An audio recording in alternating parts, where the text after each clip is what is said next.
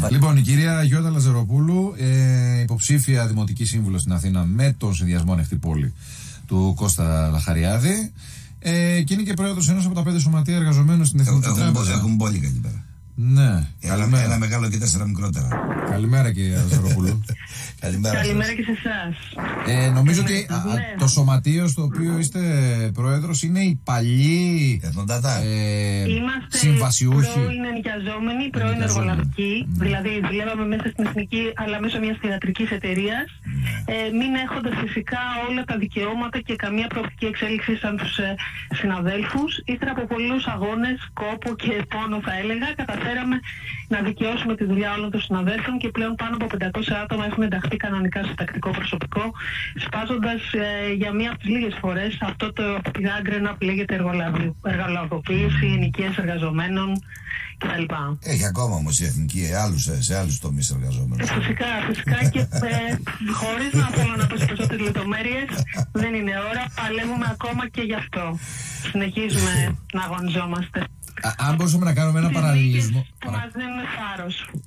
Αν μπορούσαμε να κάνουμε έναν παραλληλισμό, εντάξει, όχι με αυτό το καθεστώς το ακραίο, αλλά μέσα στους Δήμους. Μόνο στους Δήμους, σε όλο το ελληνικό δημόσιο. Και μέσα σε όλο το ελληνικό δημόσιο υπάρχει και το κομμάτι των εργολαβικών και υπάρχει και το κομμάτι, το πολύ μεγάλο κομμάτι των συμβασιούχων. Όπου επίσης είναι πάρα πολύ προβληματική. Δεν έχω διαφορετικά διάργα. Χειρότερα είναι από τους εργολαβικούς, μπορώ να σου πω μερικές φορές.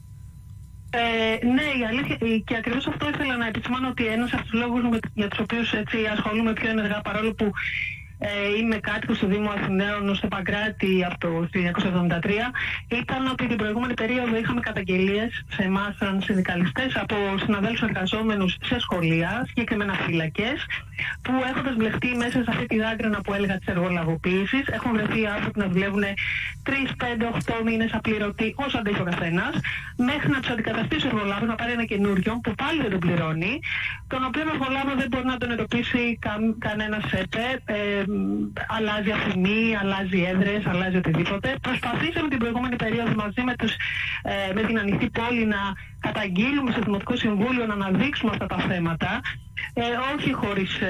Όχι με μεγάλη ευτυχία, θα ήθελα να πω, και εκεί θα θέλαμε και τη βοήθειά σας αυτό, γιατί ξέρετε είναι ένα πολύ κρίσιμο θέμα, αφορά τις εργασιακές σχέσεις που θα αντιμετωπίσουν τα παιδιά μας, τα παιδιά τα δικά μας σε τέτοιες δουλειές θα πάνε να δουλέψουν, αλλά και την ασφάλεια νηπίων και παιδιών που δουλεύουν φοιτούν σε δημοτικά, σε νοικιαγωγεία κτλ. Μιλάμε ότι. Συγγνώμη που σας διακόπτω, γιατί δεν έχουμε και πολύ χρόνο. Τι επιλογές έχει ένας Δήμος όταν το νομοθετικό πλαίσιο, ακόμα αν ένας Δήμαρχος θέλει να πάρει μόνιμο προσωπικό, δεν μπορεί. Ή και όχι μόνιμο προσωπικό για ένα χρόνο με σύμβαση εργασίας. Να έχει κανονικά άνθρωπος εργασιακά δικαιώματα. Ορισμένου χρόνου. Δεν μιλάμε για μονιμότητα. Έχω κάποια ανάγκη ο Δήμος σε έναν τομέα, δεν μπορεί να πάρει. Τι να κάνουμε τώρα. Δεν διαφωνήσω μαζί σας, είναι πολύ μεγάλο πρόβλημα. Το ζήτημα είναι ότι ξεκίνησαν να γίνονται κάποια βήματα. Έγινε νόμος για την ευθύνη, της έσαξε όλο το 2018 και ήταν ο πρώτος, θα το θυμάστε ίσως, τον Αύγουστο του 2019 που καταργήθηκε. Αυτός ο νόμος, αν υπήρχε αυτός ο νόμος της συνευθύνης τώρα, αυτοί οι άνθρωποι θα είχαν βρει το δίκιο τους.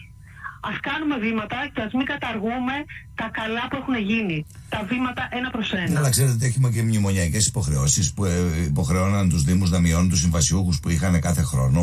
Νομίζω τρέχει ακόμα αυτό. Βεβαίως τρέχει. Ο κανόνας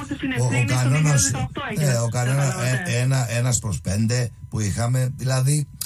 Εγώ αντιλαμβάνομαι αυτό που λέτε, αλλά δεν έχω καταλάβει ποιος και ποια δημοτική παράταξη, όποια και να είναι αυτή, μπορεί να λύσει ένα πρόβλημα το οποίο είναι κεντρική πολιτική επιλογή και ίσως και μνημονιακή υποχρέωση. Επειδή μνημόνια μας λένε οι πολιτικοί φορείς ότι φύγαμε από τα μνημόνια ο καθένας με τον δικό τρόπο, αλλά μέσα θα είμαστε τα επόμενα 50 χρόνια. Εγώ δεν θα ζω. Φαντάζομαι ότι όταν θα βγούμε από τα μνημόνια. Ναι, καταρχάς χρειάζεται συντονισμός. Εγώ έρχομαι από το χώρο των σωματείων, μπαίνω μαζί και δουλεύω μαζί με τους συναδέλφους στην Ανοιχτή Πόλη. Χρειάζεται συντονισμός όλων των δυνάμεων. Και όπως σας εξήγησα, πάρθηκαν μέτρα το 2018, αμέσως μόλις βγήκαμε από τα μνημόνια. Ακόμα και αυτός ο κανόνας του 1/1. Ναι, εγώ αυτό λέω. Βγήκαμε από εκεί και πέρα. Από εκεί και πέρα τα προβλήματα συνεχίζουν να υπάρχουν. Δεν λύνονται από τη μια μέρα στην άλλη. Θα συμφωνήσω μαζί σας. Αλλά το θέμα είναι να μην λέμε ότι δεν υπάρχει. Ήδη είναι. Δεν συμφωνώ με αυτό.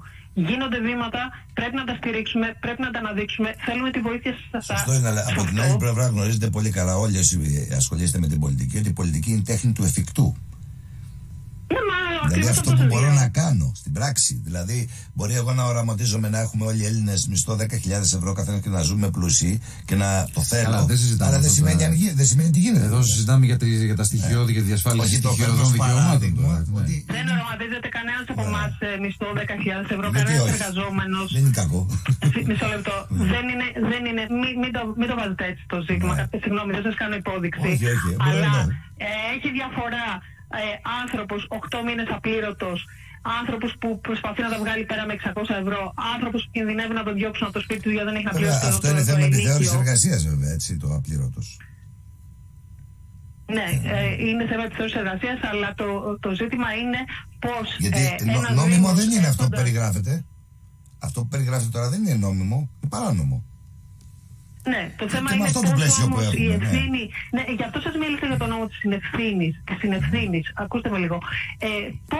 Πώς ένας Δήμος, αναθέτοντας σε εργολάβο τη φύλαξη, το κτίσιμο των κτηρίων, και αυτό σε υπεργολάβο τη φύλαξη, και αυτό στον υπεργολάβο του υπεργολάβου, χάνει η μάνα το παιδί και την ευθύνη ο καθένας και δεν βρίσκει άκρη πουθενά.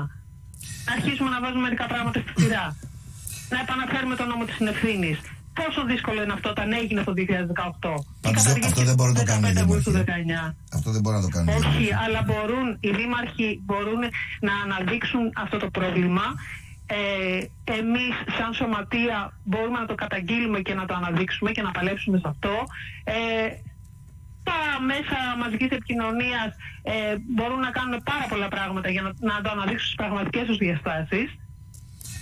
Υπάρχουν πράγματα που πρέπει να γίνουν και μπορούν να γίνουν τώρα. Έχουμε ήδη ξεφύγει από τον χρόνο που είχαμε στη διάθεσή μας. Θα μας πάρουν τα μικρόφωνα. Καλή επιτυχία, κύριε Σταυροπούλου. Καλή επιτυχία. Πάμε σε τέτοιους ειδήσεων. Κατέδειξα γιατί πρέπει να ψηφιστούν και συνδικαλίστριες στο Δήμο. Θα το κρίνουν οι πολίτες, θα το δούμε στην άλλη της 8 του Οκτώβρη.